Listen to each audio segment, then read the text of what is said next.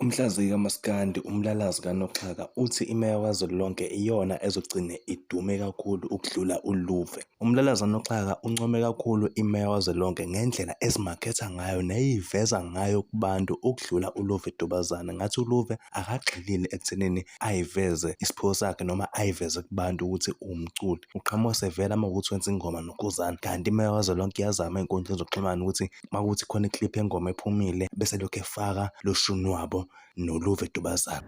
Bazokhumbula abanye ukuthi ngake ngagxeka kakhulu lo mfana ekuthiwa uMeya Kazwelonke khona la kule nkundla ukuthi uyabheda ukuthi avela athatha induku kaLuve Dubazane agwiye ngayo nje esidlangaleni ekhona uLuve Dubazane engaxoxisanile naye. Kuhambe kwahamba ke bahlangana uLuve Dubazane nayo leya nsizwa.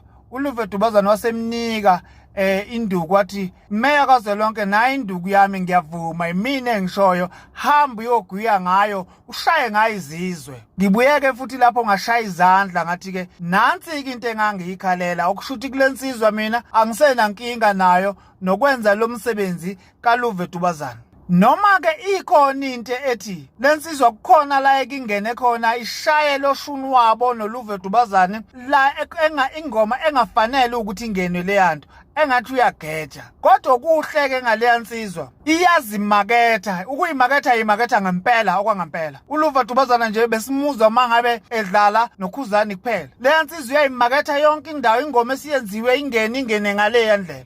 Okusho ukuthi abantu bazoyijwayela.